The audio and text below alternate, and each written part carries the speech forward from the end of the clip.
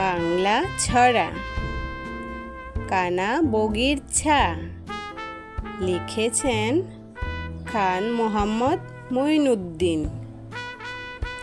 ওই দেখা যায় তাল গাছ, ওই আমাদের গা, ওইখানেতে ভাস করে কানা বগির ছা।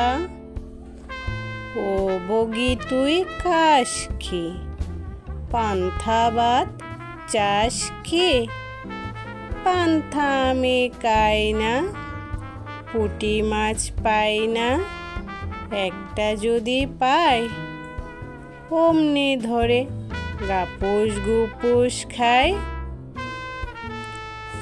ওই দেখা যায় তাল গাছ, ওই আমাদের গা, ওইখানেতে বাস করে কানা বগির ছা। ও বগি তুই খাস কি, পান্তা ভাত চাস কি?